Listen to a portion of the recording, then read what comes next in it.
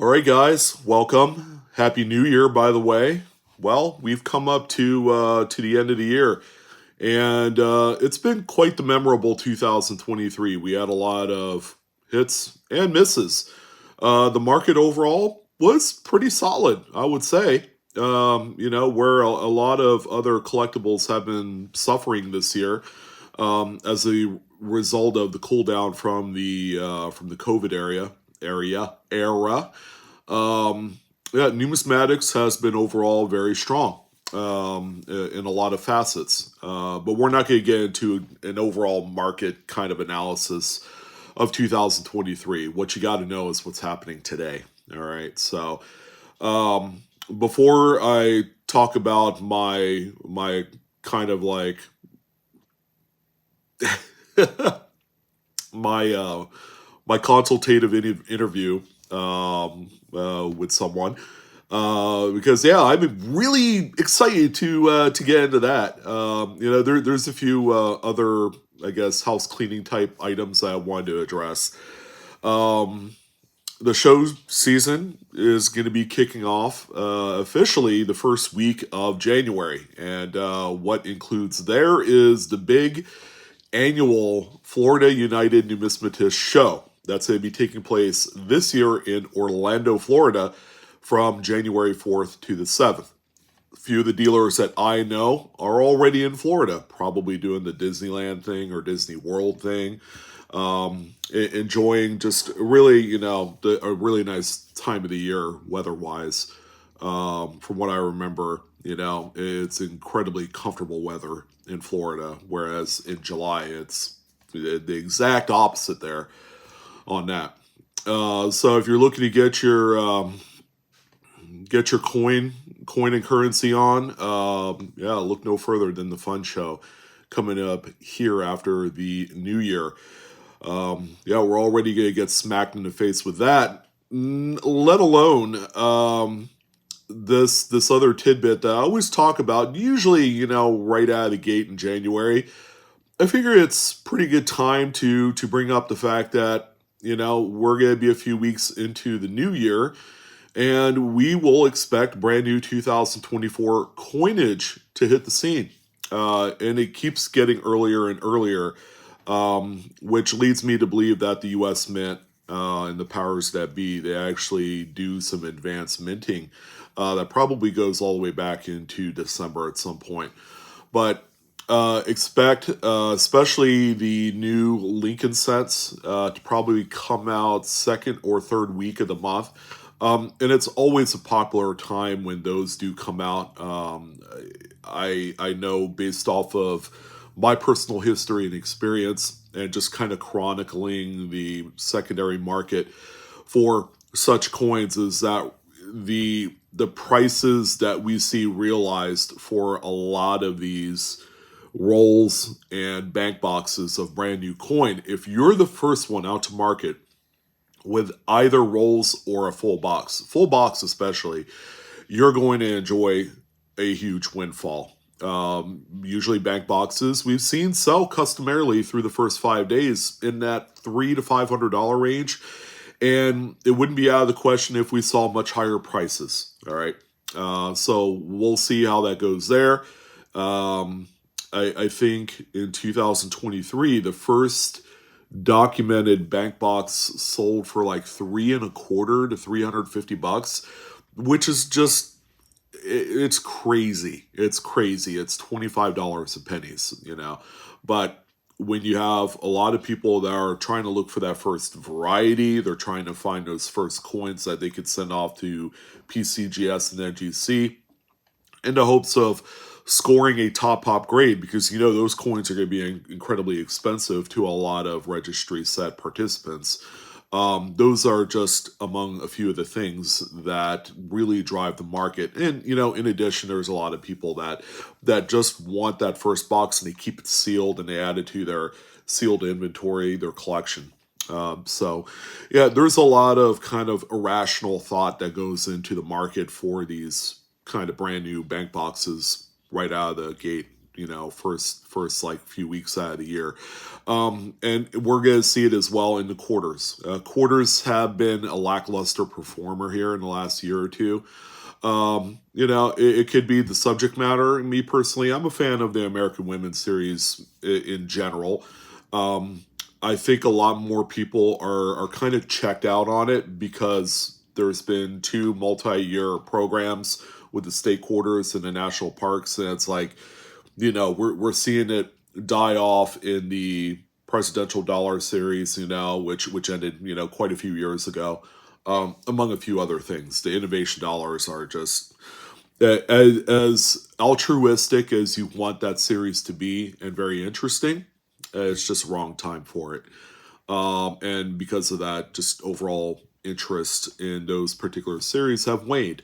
All right. And, it's more of a detriment to the American Women Quarter series. And we've also seen it. We've seen it with the PD&S roll sales from the Mint. They're either not selling out or they're selling out and they're punchless on eBay and various other outlets where people are just taking those three rolls. The estimate roll is the driver, the thing that really drives the value of it. You can literally take the estimate roll, sell it by itself, and you get your money back from what you paid for the three roll set.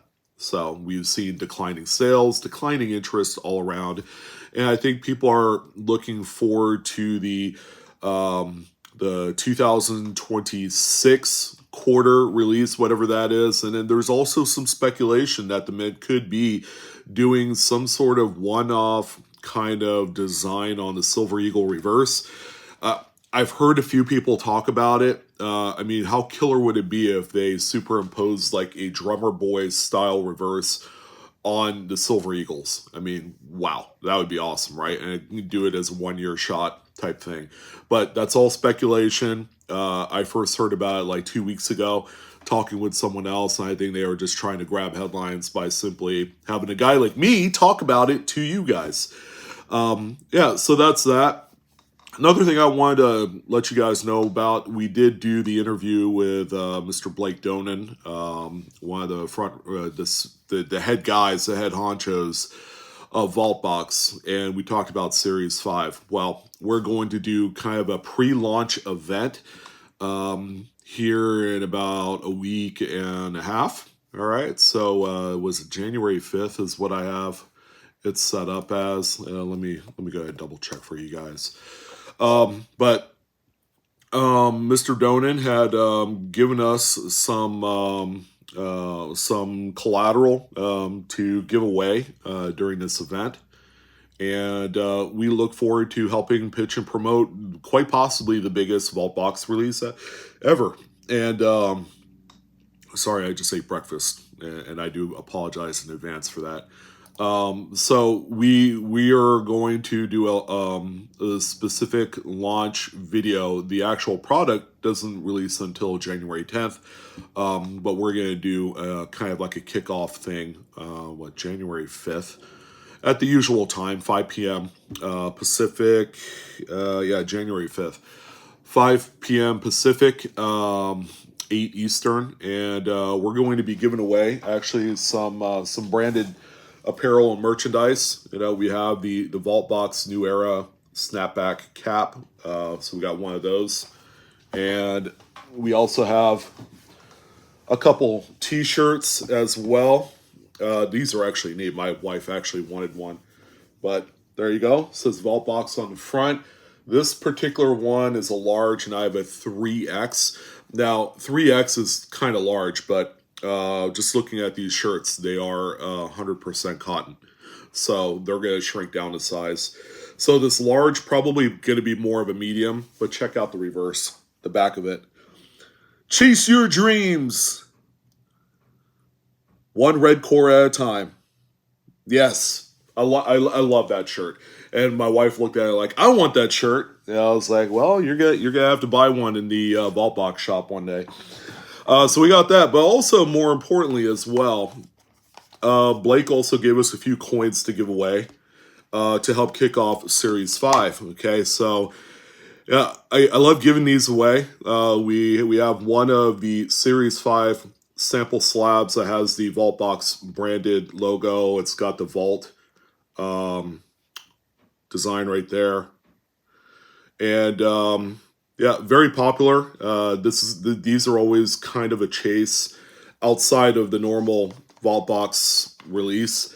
So we got one of those, and we also have as well something very unique, something I think you guys will like. This is part of the Unvaulted collection. Blake has so graciously allowed us to give away one of the Newy silver Coke bottles. Okay, it also has the Vault Box logo. Each one is proof 70, ultra cameo. It even says unvaulted at the top. All right. But yeah, pretty cool. Check out the reverse there. So we're going to be giving away one of the sample slabs, one of these here. Thank you, Blake. By the way, we're going to do a pre-launch party January 5th on Whatnot. So if you wanted to take part, I'll have like the various links down below in the description box. One for my referral.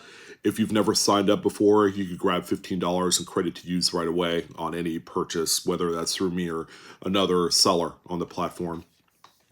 But also, I'll have the link to this particular stream, which again will be on January 5th. Okay, so that's that. Let's go ahead and talk about my most recent consultation. So consultations have been a little bit lean here through the holidays, and that's fine. I probably had like five consultations in the last couple weeks. In total, since I've started doing this, since I'd have to say right around February or March, maybe a little bit later after that, I probably have done about 150 consultations, and it's all been fantastic. I got to meet a lot of people, a lot of fans, but eventually, the 100% success rate, obviously, somewhere along the line, something's going to go haywire, I guess. Not really. I don't know. But the other day I had a consultation, all right, just kind of playing it off routine. And, when you book a consultation through my website, and it's all down below, by the way, if you're remotely interested, you pick a date that's available on my calendar, well, whichever one works for you. I think I even have Sundays in there, because a lot of people can't do it in the middle of the week. Someone books it, and then they put whatever notes they want to talk about. Well, sometimes you'll get those bookings where, people just don't type in anything as far as like, I'm interested in knowing more about da-da-da-da. All right. Got to get the coffee in. Plus I got a little tickle in my throat. But I ended up with no notes, and I really didn't think anything of it. So I jumped on the call. My calls are generally 45 minutes to an hour. And, of course, I do charge a fee. So you paid, and right out of the gate, it was not like your standard typical consultation, kind of like exchanging pleasantries. Hey, it was nice to meet you and all that stuff. It was full on verbal attack mode. Like, the first thing out of his mouth is like, he said, I can't believe I'm on here. I'm not incredibly envious of you, but this is something that I've wanted to do for a while. And yeah, I don't really want to talk to you, but I'm going to tell you what I'm all about.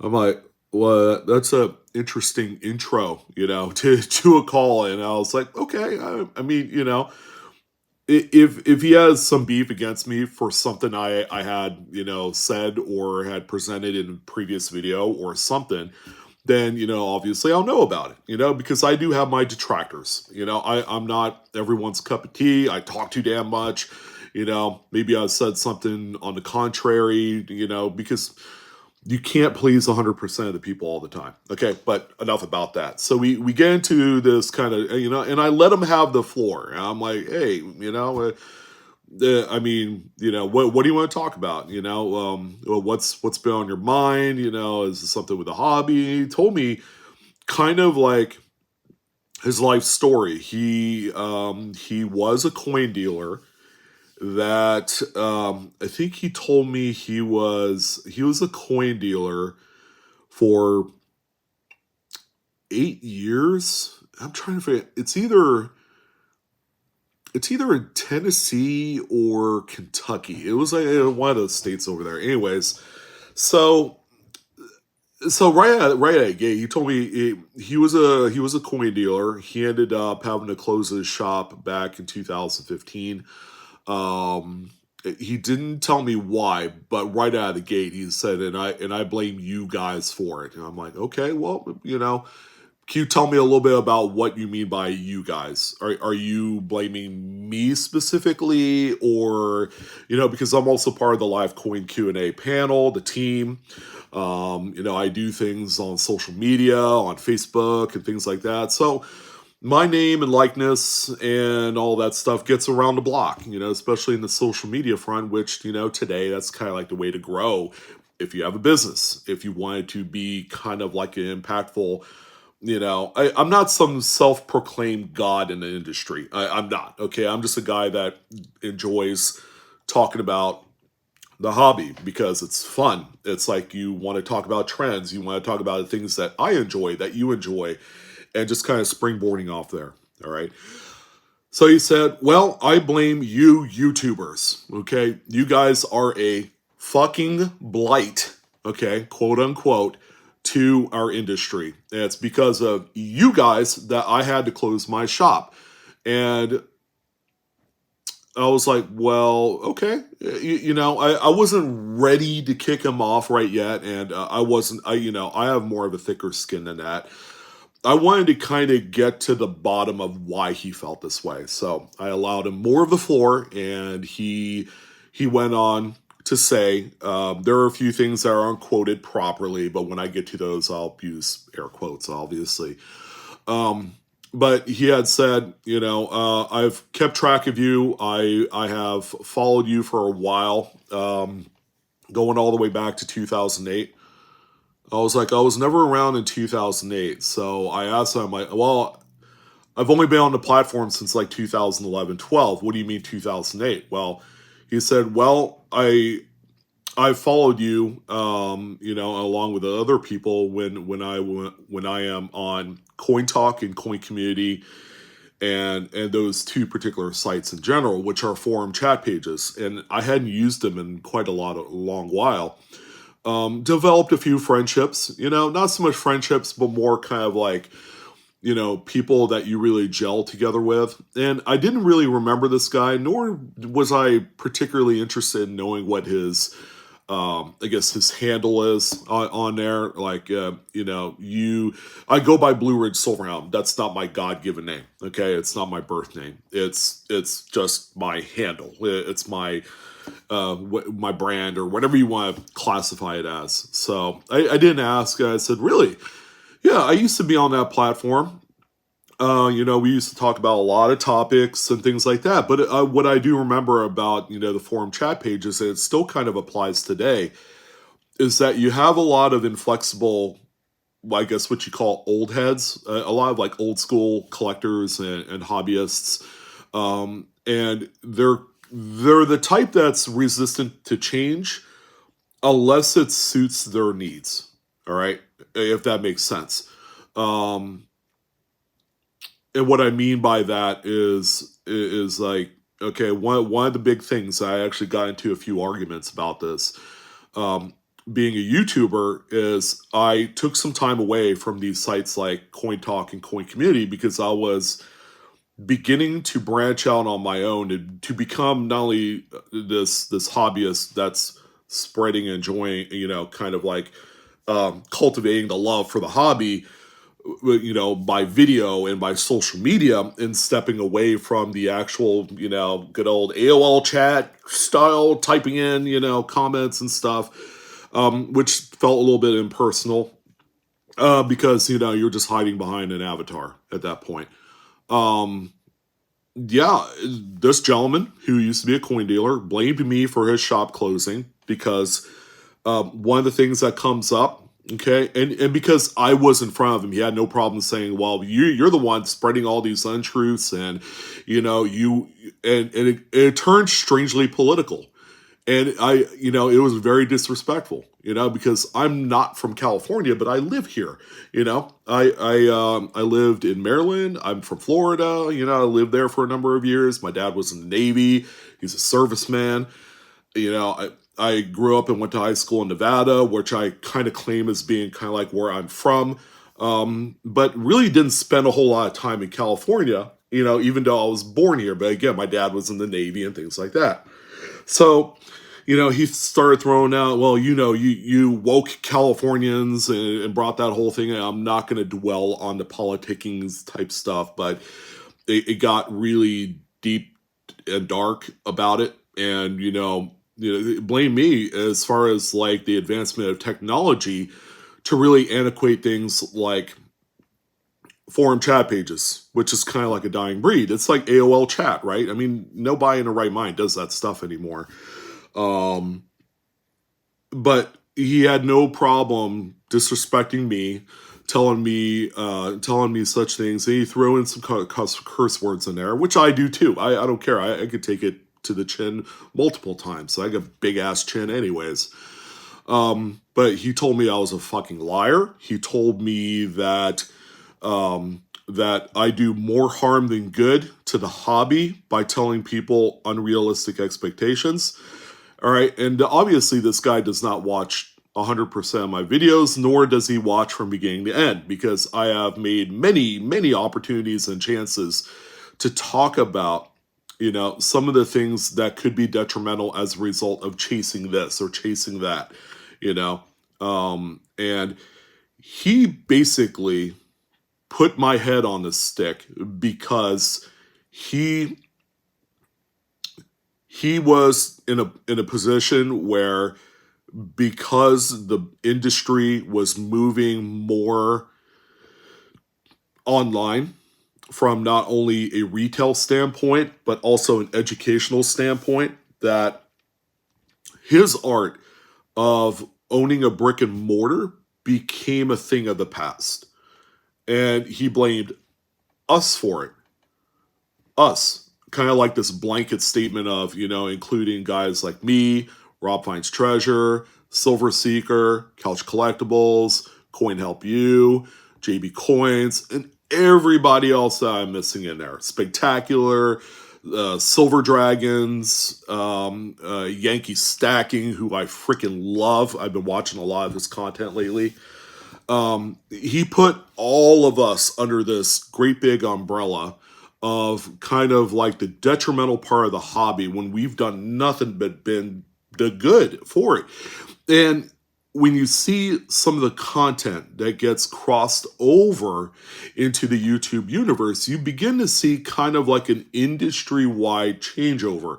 It's not only hobbyists that like to be on the platform to talk about things, but we're also seeing coin dealers on there as well. I mean, Daniel Malone, Coin Help You, is a prominent dealer who's more prominent because of his standing of using this platform to really enhance his image, enhance his business. Okay, he's like one of the more trustworthy people out there. And I'd like to say that Daniel is like one of those guys that I have no problem. If you're looking to get a dealer's perspective on things, he's the guy. And he still owns a brick and mortar.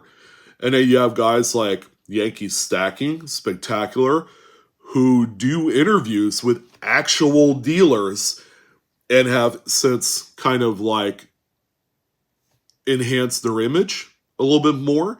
And then you have these older gentlemen that like to talk about the hobby, that tell you about silver, the market, and what really drives it, and gold, and it's like, bringing in coins, this is what we're looking at. So if anything, it's done more for the community, for the universe of younger could-be collectors, I suppose, as far as, kind of taking that next wave, that next step into the evolution of the hobby. All right, where prior to the year 2000, it's always been, well, we got to go to a coin dealer And across the counter, you have a bunch of these old guys that are in their 50s, 60s, 70s, 80s, and 90s, and they have no they have no flexibility or sense of how the hobby can move if we went this direction. Okay, it's like combining an automobile with a banana. It's like, how do we put both of these together so that way it's something different? It's more. I don't know if that's the right analogy, but you guys get the big picture. And it's like when the moment that it became too political, then not only did he attack me and my channel, but he also attacked me as a person. A guy that I've never freaking met before, face to face. I'm a guy that's married with a couple kids, have a great family, and he tells me that I'm a horrible person and that you should be ashamed, and I feel sorry for your wife, being married to you and things like that. And I'm like, okay, buddy, that's where I draw the line. Keep my family out of this. I do this because I enjoy the hobby. I'm not doing it for your fucking narrative. And that was it. That was it. I said, it would be best if we just cut it here and I'll refund your money.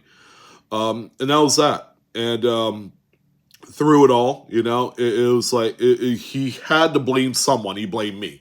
All right. It's not my problem that he's in the position, financially or career wise. He's probably doing something that he really doesn't want to do. But through it all, this is someone who is more detrimental to the industry, to the hobby, to the market, because he's the guy that prevents you as a consumer from getting the best advice possible, from getting the best price possible. I wouldn't put it past him. He's probably the guy that pays 50% back of Gray Sheet Bed for your coins, which is a total utter ripoff. And guys like these, they are out there. They have this kind of like long-standing hatred for the people that are front and center on video, that we have to literally sacrifice, our privacy, because when you're doing this on YouTube, you have no expectation of privacy. This is a very public thing when we're out here talking about us and pouring our life story to everyone else, where we don't know anything about you other than you are named this. Your profile picture is a picture of a dog, running around in the snow or something like that. And that's the extent of it, So I wanted to take the opportunity to talk about, the most disrespectful interaction. It doesn't bother me too much because I've had that in the past. I've had some crazies in the past. And it all goes back, I would say 10, 11 years. And I've been doing this for like 12, 13 years.